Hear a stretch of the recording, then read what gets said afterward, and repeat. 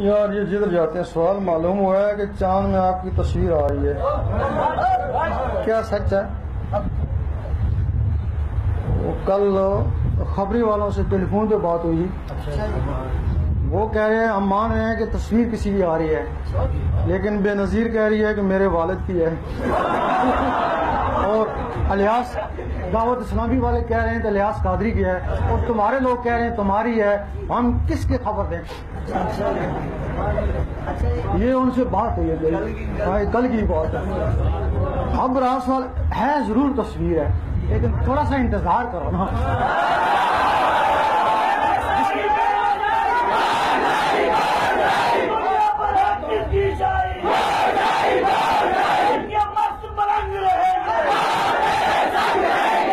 اگر آ گئی ہے تصویر آ سکتی ہے تو اس کا نام بھی تو آ سکتا ہے،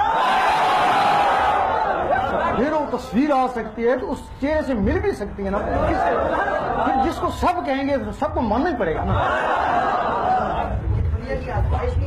آزمائش بھی ہے،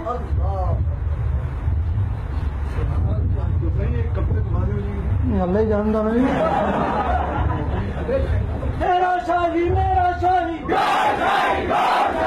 میری تحقیق کے نتیجے میں یہ نتیجہ برآمد ہوا کہ وہ ذات عالی مرتبت جس کا صدیوں سے امام الانبیاء محمد رسول اللہ سمیت تمام فقراء، اولیاء، صالحین، شہداء اور پھر تمام ادوار کے مومنین کو انتظار رہا، وہ ذات عالی مرتبت سیدنا گوہر شاہی ہے۔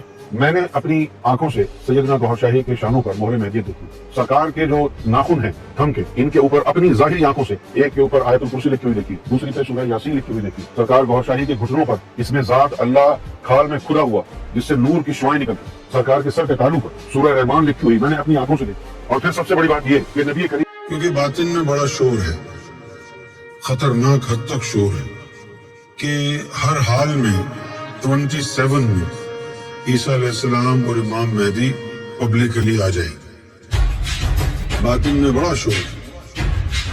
27 9 کا نمبر آتا ہے، مولانا سرکار کا نمبر 9 کا آتا ہے یا 11 کا، 11 کا مطلب ہو گیا دو تو ہے،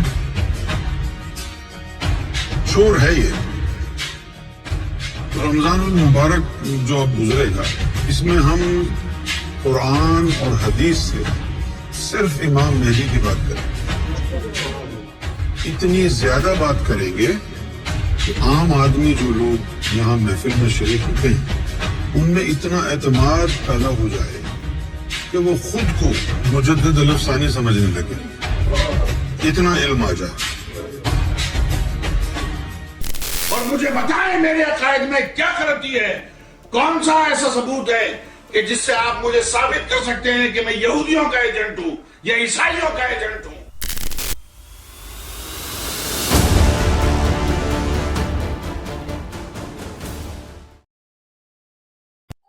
اب آخر میں وہ میں 12 سے اسناد حدیث بیان کر کو بارب امام یا بارب خلیفہ کی نسبت سے۔ پہلی حدیث بخاری اور مسلم دونوں میں موجود ہے۔ رسول اللہ صلی اللہ علیہ وآلہ وسلم نے فرمایا، تمہاری اس وقت کیا شان ہوگی جب عیسیٰ ابن مریم تم میں اتریں گے، یعنی قرب قیامت میں، وَإِمَامُكُمْ مِنْكُمْ، اور تمہارا امام تم میں سے ہوگا، یعنی امام جو ہے یہ امت ہوگی، اور عیسیٰ ابن مریم جو کہ اولو العزم پیغمبر ہیں، ان 5 اولو العزم پیغمبر جو سورۃ العذاب اور سورہ شورى میں آئے، ان میں سے ایک اولو العزم پیغمبر مقتدی ہوگا، اور امام وَإِمَامُكُمْ مِنْكُمْ، تمہارا امام تم میں سے ہوگا۔ دوسری حدیث مسلم شریف میں ہے، نبی صلی اللہ علیہ وآلہ وسلم نے فرمایا کہ میری امت کا ایک گروہ قیامت تک حق کے لیے لڑتا رہے گا، حتیٰ کہ عیسیٰ ابن مریم نازل ہوں گے اور مسلمانوں کا امیر ان سے کہے گا کہ آپ ہمیں نماز پڑھائیں، تو وہ کہیں گے کہ یہ اللہ تعالیٰ نے فضیلت اس امت کو دی ہے کہ تم میں سے بعض کے امام ہوتے ہیں، تو امامت تم کرو گے، اور یہ امام محمد مہدی علیہ السلام ہوں گے۔ تیسری حدیث بھی بخاری اور مسلم دونوں کے اندر ہے، نبی صلی اللہ علیہ وآلہ وسلم نے فرمایا، میری امت کے آخر میں ایک ایسا خلیفہ آئے گا جو مان بھر کر دے گا لوگوں کو۔ وہ راوی حدیث جو ہے وہ پوچھتے ہیں اس صحابی سے کہ کیا اس خلیفہ سے مراد عمر بن عبد العزیز ہے؟ تو وہ کہتے ہیں نہیں، اس سے مراد عمر بن عبد العزیز نہیں ہے، یہ وہ خلیفہ ہے جو امت کے اینڈ پہ آئے گا قرب قیامت میں، یعنی امام محمد مہدی علیہ السلام۔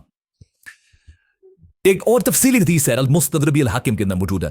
نبی صلی اللہ علیہ وآلہ وسلم نے فرمایا کہ مہدی میری امت کے بالکل آخر میں آئے گا اور اللہ تعالیٰ اس کی برکت سے زمین پر بارش نازل فرمائے گا, زمین نباتات اگائے گی, پوری دنیا پہ عدل و انصاف ہوگا, وہ لوگوں میں مال تقسیم کرے گا. یہ بڑی الفاظ جو بخاری مسلم میں بھی ہیں.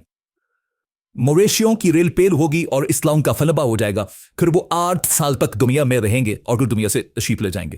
یعنی 8 سال ان کا دور خلافت ہوتا. 5ویں حدیث سنن داؤد میں ہے کہ نبی صلی اللہ علیہ وآلہ وسلم نے فرمایا کہ اگر دنیا ختم ہونے میں ایک دن بھی باقی رہ جائے, اللہ تعالیٰ میرے اہل البیت میں سے فاطمہ کی اولاد میں سے ایک شخص ضرور پیدا کرے گا جو پوری دنیا کو عدل و انصاف سے بھر دے گا. ابھی ایک دن سے مراد یہ ہمارا ایک دن میں جو قرآن میں ہے نا کہ اللہ کے ہاں جو ایک دن ہے وہ تمہارے 1000 سال کے برابر ہے. یعنی 1000 سال بھی آگے بچتے ہوئے نا آخری 1000 سال بھی رہ گئے تو اللہ تعالیٰ نے مہدی کو ضرور بھیجنا ہے. چھٹی حدیث بھی سنن ابی داؤد میں ہے. نبی صلی اللہ علیہ وآلہ وسلم نے فرمایا کہ مہدی میرے اہل البیت میں سے ہوگا اور وہ میری بیٹی فاطمہ کی اولاد میں سے ہوگا. اب برے بتائے جو مہدی فاطمہ کی اولاد میں سے ہے وہ آ کے یہ کہے گا کہ بنو امیہ کی آپ تعریف کریں اور بنو ہاشم کو نیچا کرے. وہ آ کر جو ہے وہ جنگ جمل صفین ایروانوں میں مولا علی رسلان کو سپورٹ کرے گا یا ناسمیوں کو سپورٹ کرے گا, آپ خود سوچیں. 7ویں حدیث بھی سنن ابی داؤد میں آپ علیہ السلام نے فرمایا کہ دنیا اس وقت ختم نہیں ہو رہی جب تک کہ میرے اہل البیت میں سے ایک شخص عربوں کا بادشاہ نہ بن جائے جس کا نام میرے نام کے اوپر ہوگا, محمد بن عبداللہ المہدی. 8ویں حدیث جو ہے وہ مسلم شریف میں بھی کچھ حصہ اس کا موجود ہے, کچھ سنن ابی داؤد کے اندر ہے. کہ نبی اسلام نے فرمایا کہ جب مہدی ظاہر ہوگا تو وہ بیت اللہ میں پناہ لے گا اور اسے قبول کرنے کے لیے ایک گروہ روانہ ہوگا شام سے, اور مقام بیدام پر اللہ تعالیٰ اس گروہ کو زمین میں دھسا دے گا. یہ ایک اللہ تعالیٰ کی طرف سے ایک ریبی خبر ہوگی پوری امت کے لیے. یہ اللہ تعالیٰ کی اسپیشل پروٹیکشن ہے مہدی کے ساتھ. تو وہ لشکر زمین میں جب دھسایا جائے گا یہ اس بات کا ثبوت ہوگا جو لوگ پوچھتے ہیں کہ جی ابھی تک 500 مہدی تو قتل ہو چکے ہیں امت میں, تو اوریجنل بھی قتل نہ ہو جائے, نہیں سرکار اوریجنل نہیں قتل ہوگا. اوریجنلی قتل کرنے کی کوشش کریں گے تو وہ لشکری زمین میں دھسا دیا جائے گا. یہ اللہ تعالیٰ کی طرف سے اسپیشل پروٹیکشن ہوگی کہ مہدی کو کوئی نقصان نہیں پہنچے گا. 9ویں حدیث سنن ابن ماجہ میں ہے کہ نبی اسلام نے فرمایا کہ مہدی میرے اہل بیت میں سے ہوگا اور اللہ تعالیٰ ایک رات میں اس کا معاملہ درست کر دے گا. یعنی اللہ تو واقعات ایسے فیوریبل کر دے گا کہ مسلمانوں کی لیڈرشپ کے لیے اسے تیار کر دے گا. یہ 9 حدیثیں جو ہیں یہ مرفوع حدیثیں ہیں جو میں نے بیان کی. یعنی نبی صلی اللہ علیہ وآلہ وسلم نے خود ارشاد فرمایا اور صحابہ نے نبی الاسلام سے سنا. آخری 3 حدیثیں جو ہیں وہ صحابہ کے اقوال ہیں اور صحابی اور ادر مثبت بھی کی خبر سے متعلق ہو تو یہ محدثین کا اتفاق ہے کہ وہ اللہ کے نبی کے بتانے پر ہی محمول ہوتا ہے کیونکہ ریبی خبر نبی کے ذریعے صحابہ کو دی جاتی ہے. اور اوفن مولا علی اسلام سے روایت ہے تسمی المستدرک الحاکم میں کہ قرب قیامت میں ہاشمیوں میں سے ایک خلیفہ ظاہر ہوگا. اللہ تعالیٰ یعنی امام مہدی کو بھیجے گا اور اس کے دور میں اللہ تعالیٰ کی نعمتیں جو ہیں وہ ان کی فرمانی ہوگی اور لوگوں میں پیار اور محبت بڑھ جائے گا. یعنی وہی فتنہ بالغت ختم ہو جائے گی, دشمنیاں ختم ہو جائیں گی اور پھر اس کے بعد دجال کا ظہور ہوگا.